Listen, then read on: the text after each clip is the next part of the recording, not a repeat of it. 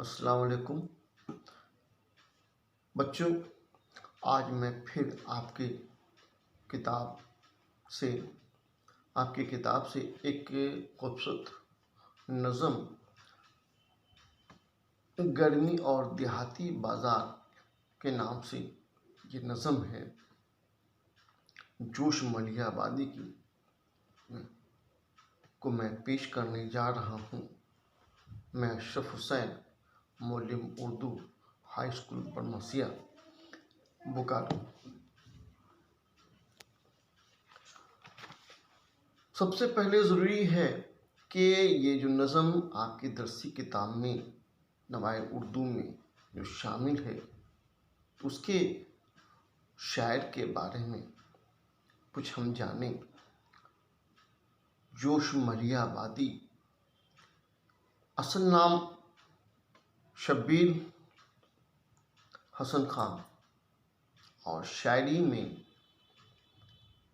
پہلے شبیر تخلص رکھتے تھے، بعد میں پھر اسے تبدیل کر کے جوش رکھا، اور آپ کی پیدائش 1898 عیسوی میں محلہ مرزا گنج ملیح آباد جو یو پی میں اتر پردیش میں ہے، تو یہاں آپ کی پیدائش ہوئی اور اسی شہر کو اپنے تخلص کے ساتھ پیش رکھا اور مشہور ہوئے۔ والد کا نام بشیر احمد خان تھا۔ آپ کی تعلیم سینئر کیمبرج میں تک تعلیم حاصل کی اور شاعری میں عزیز لکھنوی کی شاگردی اختیار کی۔ 1924 عیسوی میں عثمانیہ یونیورسٹی حیدرآباد کے دارالترجمہ میں نائب ناظر ادیب کے عہدے پر فائز ہوئے، اور پھر انہوں نے ایک رسالہ کلیم کے نام سے جاری کیا۔ پھر بعد میں پونا کی ایک فلمی کمپنی میں ملازمت کی۔ آزادی کے بعد محکمہ اطلاعات انفارمیشن ڈپارٹمنٹ کے رسالہ، وہاں سے ایک رسالہ جو جاری ہے، آج تک جاری ہے، اس کے آج کل کے نام سے وہ رسالہ ہے، اس کے ایڈیٹر بنے۔ پھر آل انڈیا ریڈیو میں بھی کام کیا۔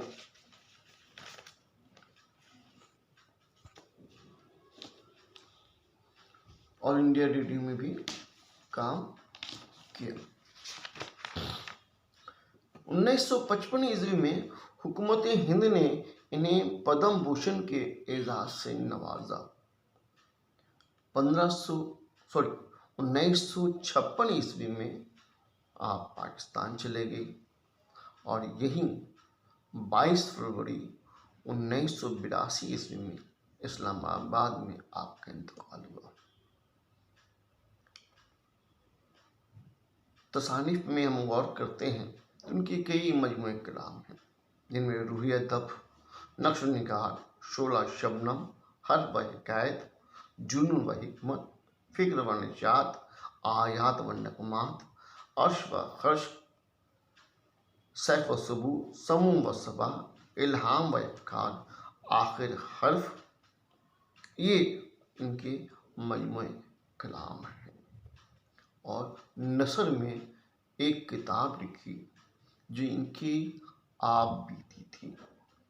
یہ آپ بیتی آپ نے خود لکھی، اور یہ آپ بیتی یادوں کی بارات کے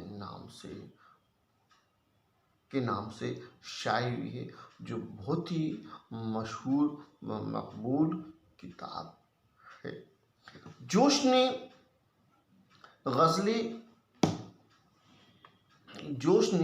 غزلیں اور رباعیاں بھی کہی ہیں، لیکن بنیادی طور پر وہ نظم کے شاعر ہیں۔ غزلیں اور رباعیاں بھی کہی ہیں مگر بنیادی طور پر نظم کے شاعر ہیں۔ ابتدا میں ان کی نظموں کا موضوع فطرت کی تصویر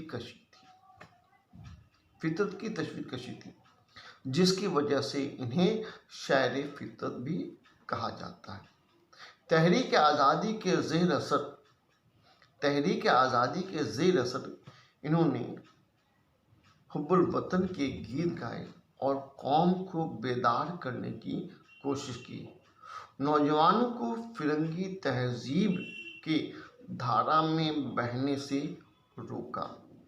ایک طرف شباب کے نغمے سنائے تو دوسری طرف انقلاب کے نعرے بھی لگائے۔ جوش کی نظمیں ان کی حیات جادوا کی نشانی ہیں، سادگی اور صداقت ان کا خاص انداز ہے۔ ان کا ایک انداز طنزیہ بھی ہے۔ اس کی زد میں مذہبی پیشوا، سیاسی لیڈر، ریاکار مرشد بھی آتے ہیں۔ انہوں نے ان لوگوں کے خلاف بغاوت کا نعرہ بلند کیا۔ اب میں آپ کی درسی کتاب میں جو نظم ہے گرمی اور دیہاتی بازار کے نام سے، اس کو میں پڑھنے جا رہا ہوں، اسے غور کیجیے۔ دوپہر بازار و گاؤں کی خلقت کا شور، خون کی پیاسی شعاعیں، روح فرسا لو کا زور، آگ کی رو، کاروبار زندگی کا پیچ و تاب، تند شعل، سرخ ذرے، گرم جھونکے آفتاب، شور ہلچل، غلغلہ ہیجان لو، گرمی غبار، بیل گھوڑے بکریاں بھیڑیں قطار اندر قطار، مکھیوں کی بھنبھناہٹ، گڑ کی بو، مرچوں کی دھاس، خربوزے آلو کھلی گیہوں کدو تربوز گھاس، دھوپ کی شدت، ہوا کی یورش، گرمی کی رو، کملیوں پر سرخ چاول، ٹاٹ کے ٹکڑے پر جو گرم ذروں کے شواہد، جھگڑوں کی سختیاں، جھگڑوں میں کھانستے بوڑھوں کی چلموں کا دھواں، ماؤں کے کندھے پر بچے گردنیں ڈالے ہوئے، بھوک کی آنکھوں کے تارے، پیاس کے پالے ہوئے بام و در لرزے ہوئے، خورشید کی آفات سے ہر نفس ایک آنچ سی اٹھتی ہوئی ذرات سے۔ یہ ایک بہت طویل نظم ہے جو جوش ملیح آبادی نے لکھی ہے، اور اس نظم کے بارے میں کچھ اس کا تجزیہ میں آپ کے سامنے پیش کرنے جا رہا ہوں جو حسب ذیل ہے۔ نظم کے عنوان سے ہی یہ صاف طور پر ظاہر ہے کہ دیہاتی بازار کیا ہے اور اس کی اہمیت کیا ہے۔ موسم گرما میں دیہاتی بازار کا منظر کیسا ہوگا، اس کی پوری منظر کشی اس نظم میں موجود ہے۔ ایک طرف شاید نظم نگار پیش کر رہے کہ ایک طرف گرمی کی شدت ہے اور دوسری طرف دیہات کے بازار میں بکتی ہوئی مختلف چیزوں کا ذکر کیا ہے۔